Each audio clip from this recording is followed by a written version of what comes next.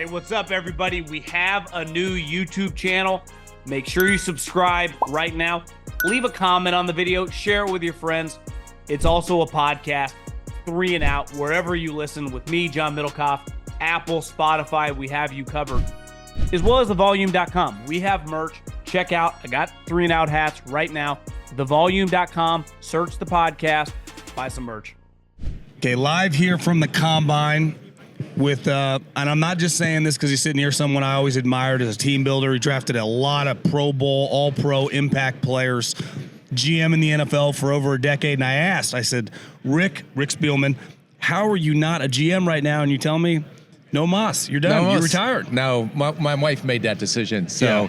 But we ended up retiring down in Florida and found out that how much I didn't hate the media, but had to go in front of these press conferences when I was a GM.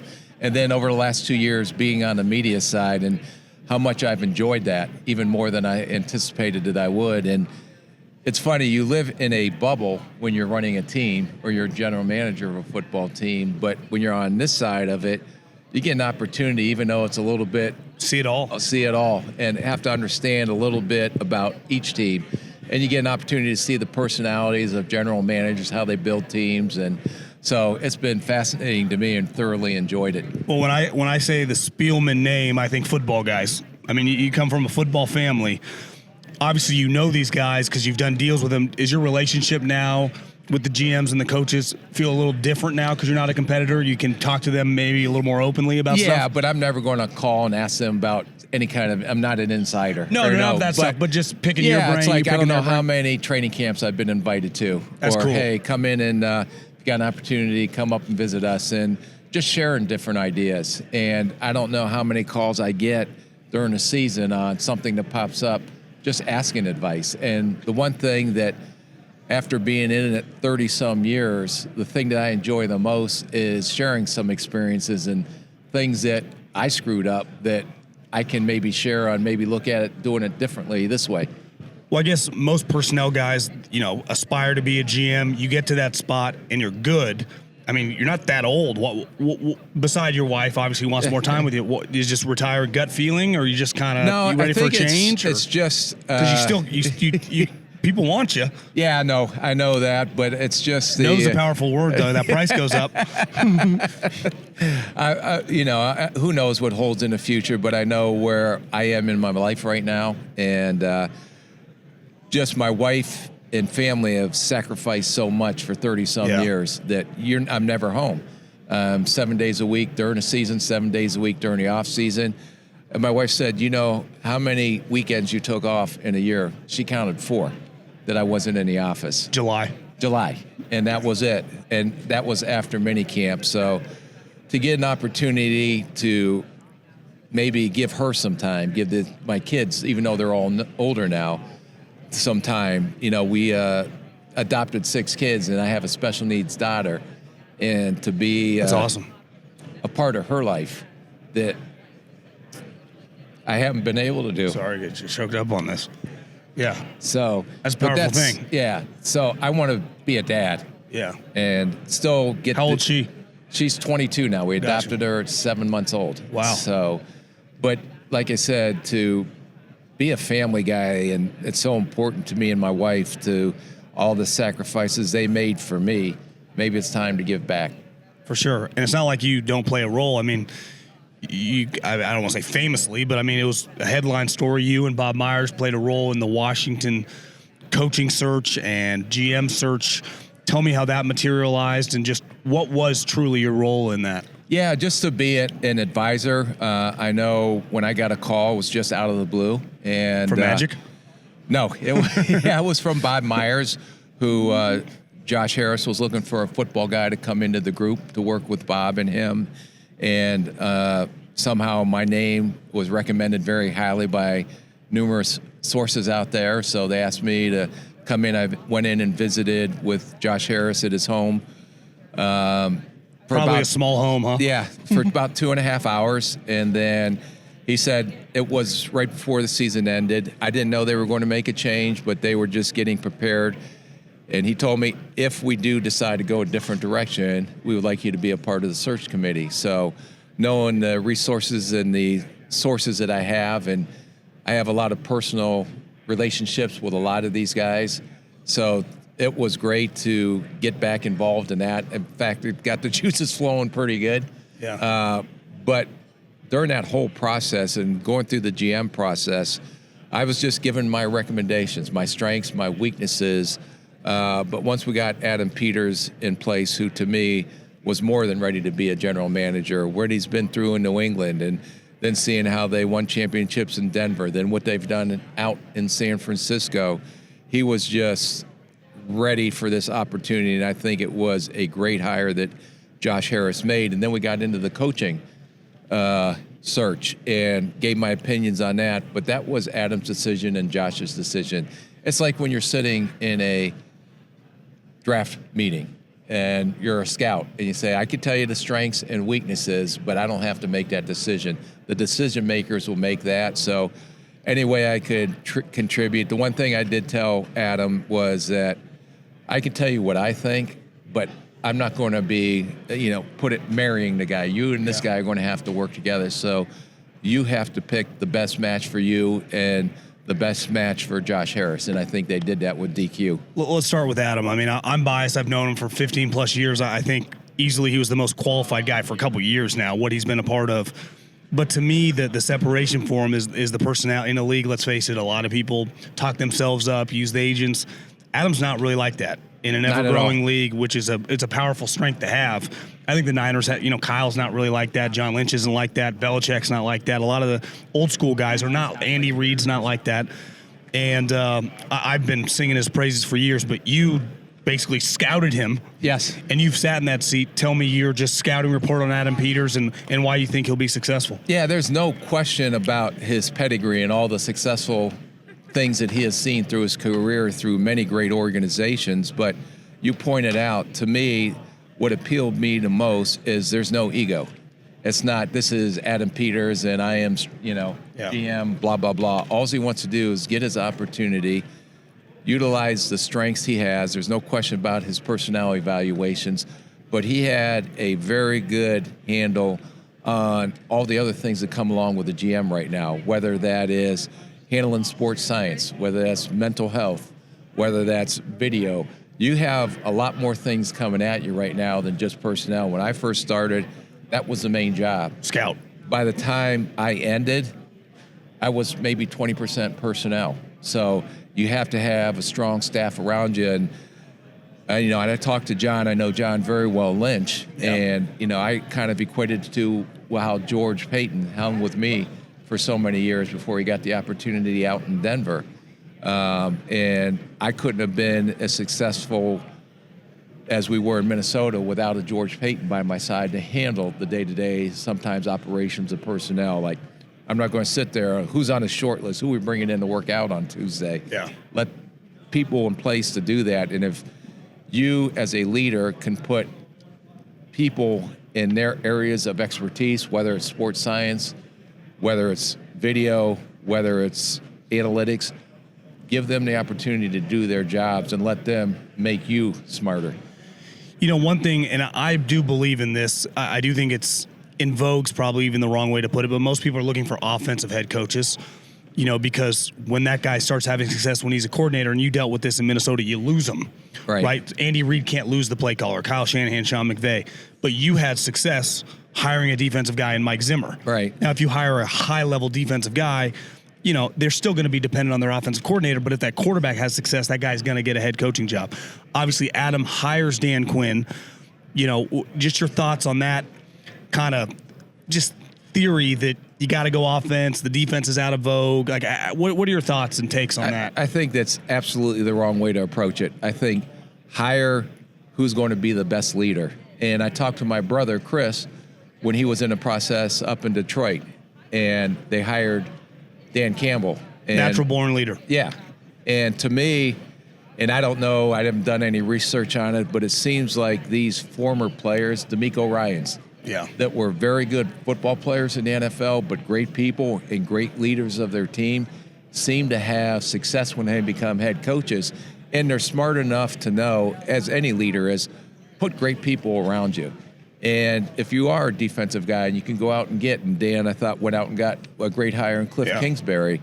Well, if he gets another opportunity to be a head coach, and I talked yesterday to Zach Taylor about this when Brian Callahan left, they have a plan in place. So they brought up Dan Pritchard as their new offensive coordinator. Well, he's been there 5 or 6 years, start out assistant quarterback coach. Next thing you know, he's ready. So to me, it's just like personnel. You develop talent on your roster. Well, I think one of the critical factors, and I think what stuck out about DQ, we'll get the best head coaches, but it's also my job to make sure we're bringing in the next generation of young guys that can learn from these guys, so that if we do lose them, which is great to go get other head coaching opportunities, we can look externally, but we also have guys that we've been developing over the last 5 or 6 years. So give me the scouting report then on Dan Quinn from your perspective. Dan Quinn, and Dan Quinn worked with me in Miami when I was down with the Dolphins. He was a D-line coach for Nick Saban. So I've known Dan for a long, long time. And, you know, what he did speaks for itself in Atlanta. You know, they got to the Super Bowl. We're winning. There is no question about his leadership, the energy he brings in the building.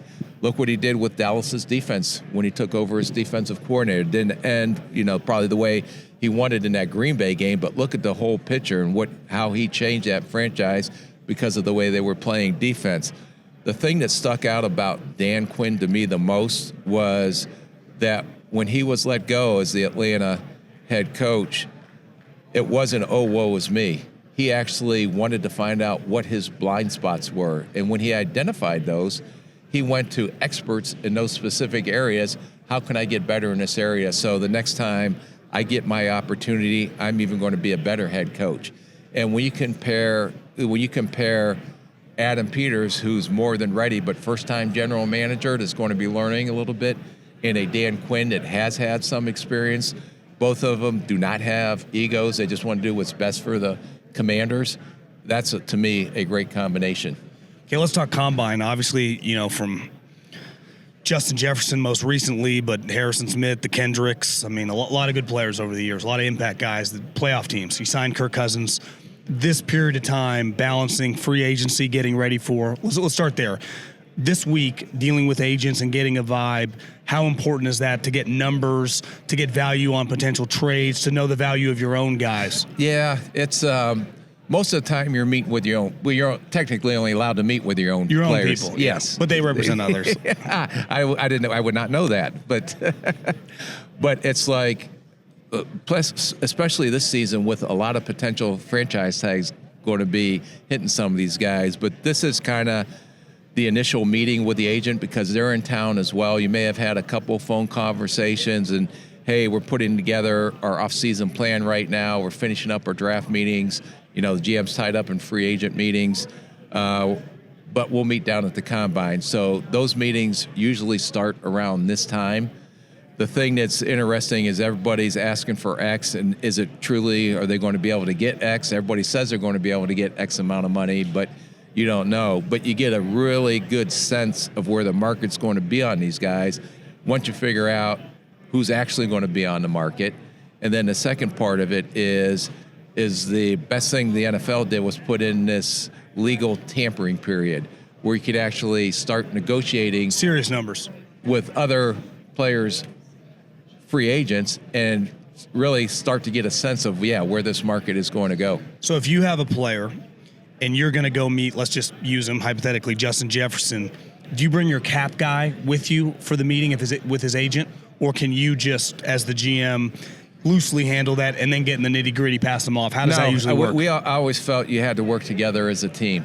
So you bring your guy with you? Our cap guy, our George, our assistant GM, whoever it was, come in and to have those initial conversations and to kind of see where this market is probably going to be. And I can't imagine where it's going to be for Justin when that time comes. But I'm not an expert as a cap. I know the cap. I know contracts. But I pay a guy pretty good money to be an expert in that area. That's why I'm getting back to is hire people that are experts in those areas and be able to communicate across all those platforms. So I can bridge the coaches, I can bridge the personnel, I can bridge the financial piece together so I can relate that. This is what the picture looks like when I'm talking to the ownership group. So, but that's important for me, at least, to have my top people in there when we're talking. Even when we were in draft meetings, even when we were in free agent meetings, I want them to hear what the plan potentially can be so they can start turning their wheels. Everyone's on the there, same page. and everybody's on the same page for it's said and done. Let's talk about the draft players. I've been in those meetings over in the railroad. You're the decision maker, though. I think what's unique for a GM, now your coach is involved, they haven't watched these guys. Right. They've been working, especially if you're a playoff team. Right. But you've maybe not met them if you haven't done a school call, but you've seen them. You have a Right. pretty good idea of them as a player. Obviously, you have the information. Is that balance of when a kid walks in, you and the head coach, you're going to know him a lot better than the coach because probably hasn't watched them. How do you balance their first meeting as a personal meeting, not based on the tape, good or bad? Is that tough for you? No, coaches, no, because we always had a plan in place. I think one year I counted, we had 95 people here at the Combine. Jesus. So that's organizing a lot of people, but everybody had a specific role and a specific job they had to do to get the information they needed while we were down here. But the coaches are just getting started. A lot of times the coaches will go, especially with the technology today, put maybe a 10-play cut up, a good and bad on this player. And I know you haven't studied him yet, but let's get this player. Easy feel. Yeah. Let's get him in front of and let's hear him as you're going to coach him and see how he responds. A lot of it may be in these formals, well, we're not going to get to football. We'll circle back on that. We have some off-field issues that we definitely have to address. Coaches may not be involved in that. If a kid's clean coming in and I said, listen, we're fine with him character-wise, but start talking to him about football. Let's get a sense for him on how he learns. I mean, it's easy. You may not know the kid, but you can install something up on a board and see how he recalls that. Just some things to get the coaches initially introduced to these kids. So when you're dealing with a clean guy, pick one of your former Vikings. Is Harrison Smith, would he fall under that?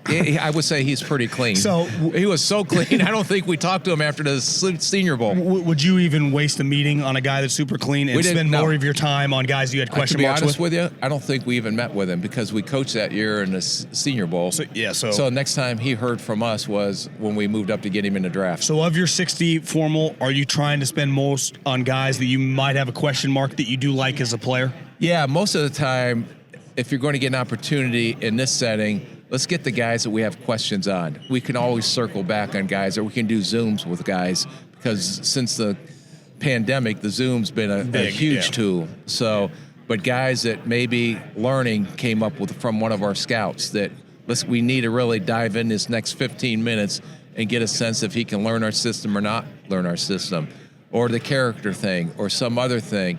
Other times it's just, hey, let's get to know the kid and let's put some tape on and let's hear him talk football. I love to see how much recall they had from what they did offensively. Hey, what was this? Call this play out for us.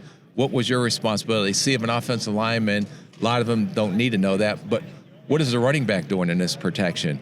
So there's just a lot of different ways, like I said, to get to know these guys. But when we picked our 60, I think it's down to 45 this year. Okay. There was a specific plan, an individualized plan for each guy coming in.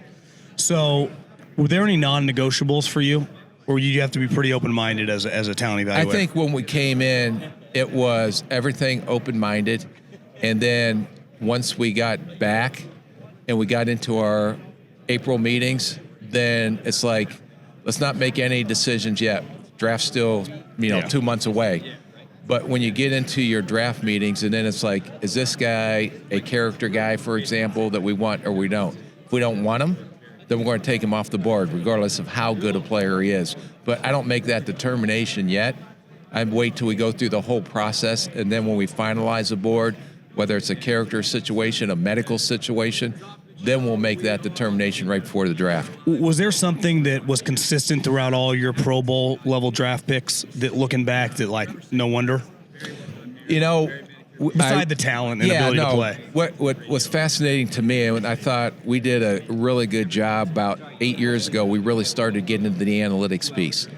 And I was fascinated. I always wanted to try to figure out how can we get some kind of competitive advantage. And so we got into not like, for example, most Pro Bowl receivers, out of one of the psychological tests that we use, has the highest rated social maturity score out of any other position. So that became a critical piece for us. So when they did their algorithms, social maturity for a receiver was weighted more than maybe for another position. Wow. How do you quantify that? Well, I don't have to quantify that. Yeah. The people that are doing the algorithms have to. So they go back test that the last 15, 20 years of using this company and all the scores we had in this area. Gotcha. So Is it like a standardized test almost they're taking? it was HRT, Okay, Human yeah. Tactic Resources, Gotcha. which military and so we kind of tailored a lot of things because I worked with them so long to what fit the Minnesota Vikings, even though we got the standard, tests that they get. The other thing that was interesting, like for a corner, everybody's worried about the 40. Well, for us and our analytics people pointed out at the time, it was the flying 20 from the 20 to 40. The faster that was, the more success they potentially would have as a corner in the league. So Wow. They did a lot of different things to chop it up, whether it's in the psychological, the intelligence. Where I made mistakes on certain positions is I thought you had to be smart, but I forgot the mental quickness piece. How quickly can they process? So a player can go up there and sound like he invented football or he invented offense or defense, depending, sitting there drawing the X's and O's, regurgitate back what the coach has just said and even do it better, which is great. And I was like, okay, this guy is going to be a no-brainer. But you have to remember, they have to do that in 2.5 seconds or less. So how do you measure where I made mistakes? Because I always wanted to go back and reassess if we did make a mistake. How do we measure that mental quickness? So I got all the people that are involved in that aspect, come up with a way so we don't make the same mistake twice. You kind of touched on it there, but is there something consistent with guys you missed on over the years? You think It's something different stands by out? position. Yeah. So that's what, it wasn't just, okay, but to be honest with you, you always have to, no matter all the other tools that help you make decisions, it's always going to come down to what you see, and it's going to come down to how much do they truly love to play the game. Those are the two things. If they were passionate for the game, at least they had a chance to have a chance. How do you quantify that during the scouting process?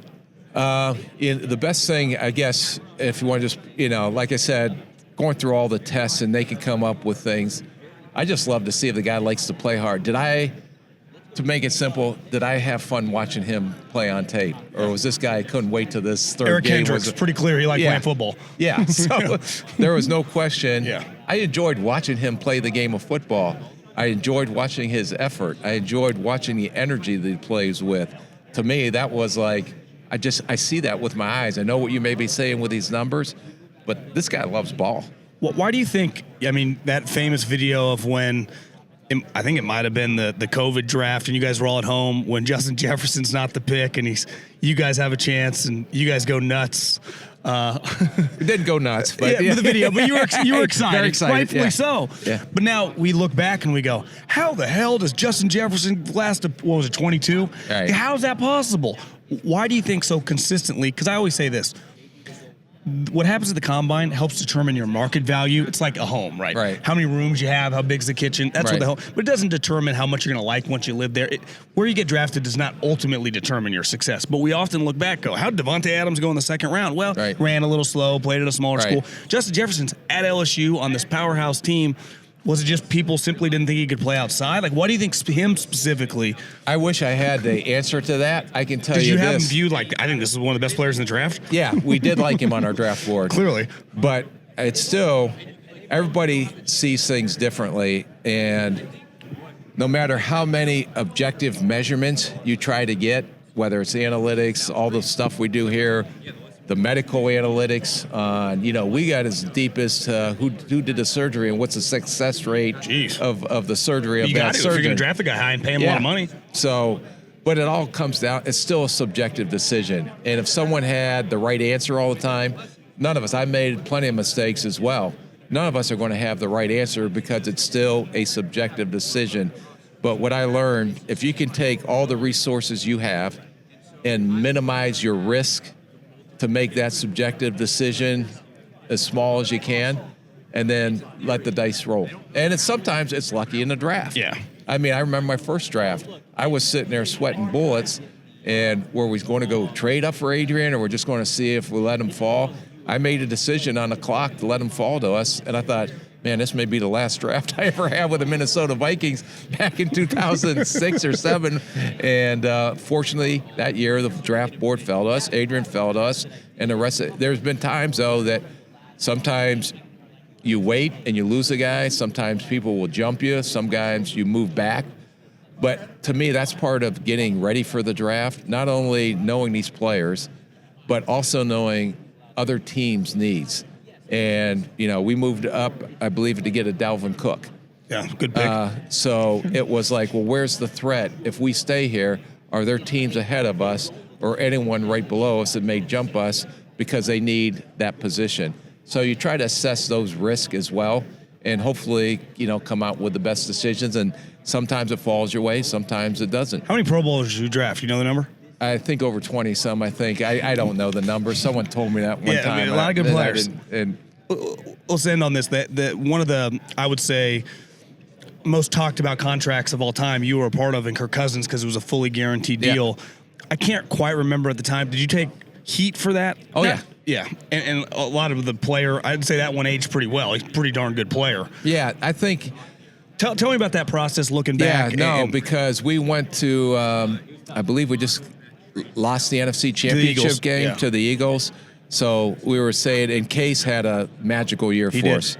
And so that was a tough decision. But when does a Kirk Cousins get out on the open market? Never happens. So when a player of that caliber, at that position, at that age, get out on the open market, and then you know that there are other teams that are going to give him that same deal or more money. The Jets, right? Well, I don't know. I can't, you know, you hear things, but I don't know who. But I knew that he was going to get what he wanted because of the position and because of what type of player he was. The risk was as much as, and he took a risk too. I mean, he's a great businessman. You see how much he's, you know, got franchised, but he did a short-term deal. So it was a less risk on like 3 years, 85 or something, right? Which is peanuts today. Teams would do cartwheels to sign that contract right now. Yeah, to see where that market goes. So it was a deal that we fully did guarantee that contract, but it was such a, would we have done it for another position? Probably not. But because of was the player and because it was the position and because we were where we were at as a football team, we thought it was the best decision. Okay, I got to keep a couple more questions on quarterbacks. Have you evaluated this crop of guys? What are your thoughts? I think it's a very deep class. And, you know, you can talk about the big three. It's amazing. To me, Caleb Williams Let's talk about him. I mean, yeah, I think he's a unique player. Watching him, there's no question about the arm talent. Some of the throws that he makes on tape, you're like, did he actually make that? And you run it back 3 or 4 times just to make sure you saw what you saw. And the athleticism, everything checks the box. You know, everybody holds the ball a little too long. Everybody's going to force things that aren't there. The thing that really stuck out to me the most was that Notre Dame game when it was probably the worst game I've seen him play in the first half. I think he threw a couple of interceptions, was trying to force the ball. Yeah. But when I just took that out and just watched the second half, it didn't faze him in the second half. It didn't carry over. He actually played very well the second half and looked more like the old Caleb. So that told me that I know this guy played a crap first half or maybe not up to his standards, but it didn't affect him going out the second half. They still lost the game, but at least he came out and played. Kept swinging. It didn't stop. And then you look at Drake, May. Really quick on Caleb. Yeah. You know, I would say beside Luck, Trevor was the most hyped prospect. Would you say he's a better prospect than Trevor coming out, or Trevor a little cleaner? I don't know because I don't know. I knew everything about Trevor because I was in the front. Yeah. I'm just talking the player. Yeah, Trevor, but I think Caleb's got a chance to be a unique prospect. Height doesn't scare you? I don't know what he is yet. I think he's 6'1". It's pretty clear, right? Give or take. I know this game now, the NFL game, is all space. And how many quarterbacks now? Pretty 6'1". Yeah, are successful because of the space and the way that offenses have evolved. So height less important? I think so, because I don't see him getting any balls batted at the line of scrimmage. True. He knows how to move in a pocket to find open windows and make all the throws he's going to have to make at this level. Well, Drake May, height's not an issue. He's big. I think his biggest problem this year was he didn't have the same offensive line, he didn't have the same playmakers around him, and he almost tried to do too much. But I think he has tremendous upside, is going to be a great player as well. Jayden Daniels. Maybe the biggest jump since Joe Burrow. Crazy, huh? Same school. Yeah. And Arizona State, you were like, who the heck's this guy? And then he goes to LSU, and it's like, we had to do a summer scouting, so I looked at him the year before, and I said, yeah, third, fourth rounder, maybe pretty good athlete, needs to improve, mechanics and a little bit of accuracy. And then this year, what he did was incredible. And another example of a guy that you would never guess what you've seen on tape the year before, comes up and maybe the second or third player off the board this year. What about playing with those two wide receivers? Is that scary, or is that? I mean, Joe Burrow playing with two guys is fine. With Jefferson and Chase, does that scare you to not take? It doesn't bother you at all. They still have to make the throws. They still have to go through the decisions. You watch the game that stuck out to me the most was the Florida game. When you see him running around like it was nothing against Florida. They have some pretty good athletes. It's the SEC. But the way he ran up and down the field, I've never seen a guy move as athletic as that since Lamar Jackson. If you watch Penix against Texas, now their defense isn't great. He looks like incredible, right? And then you watch him against Michigan, which if you look at the combine, they're clearly an NFL level team, and talent-wise, he got rocked a little bit. And it's same thing with Oregon, who has a lot of NFL guys. By the end of the game, he's struggling to get up. I love him, but then you watch those, like that's kind of the NFL. Oregon and Michigan, not as much Texas on defense. Where do you stand on him? Because he throws a beautiful ball. No, I think he's maybe the best deep ball thrower in this class by far. Yeah. Not as athletic as some of these other guys, the experience. But, you just have to remember, you don't take that last impression of that game. Can't overreact. Just like you can't overreact. A guy's not very good all year, and all of a sudden he throws up incredible numbers for one game. Well, that's who he is. Yeah. You always have to make sure that you don't let your emotion balance it. And go look at the whole picture and come up with your assessment that way. And last but not least, J.J. McCarthy. Love J.J. McCarthy. The reason everybody's like, well, he's in the offense, he doesn't have to throw all these other. He just wins. But the game that stuck out to me the most, 2 games. This year, which against, I don't understand, the Bowling Green Falcons. I'm watching him throw 3 interceptions, and I was saying, this is just un-Falcon believable what I'm seeing on tape. But then I go and watch him against TCU in a shootout where he had to throw the ball 30-plus times. And the throws that he made in that semifinal game, even though TCU ended up winning and going to the national championship, that told me everything I needed to see with J.J. McCarthy. Top 10 pick to you? I don't know. It'll be interesting. I think he's going to shine. I'm saying for you personally, do you think he's that, or is it more of like a longer term? I don't know if he's ready to jump day one as a starter, if he can get in a situation where he can learn and grow, but I think he is definitely a top 15 pick for sure. Does the redshirt thing even exist anymore? No, I don't even know what that means. No, it doesn't. well, Rick, I really appreciate it, and happy retirement. Yes, thank you.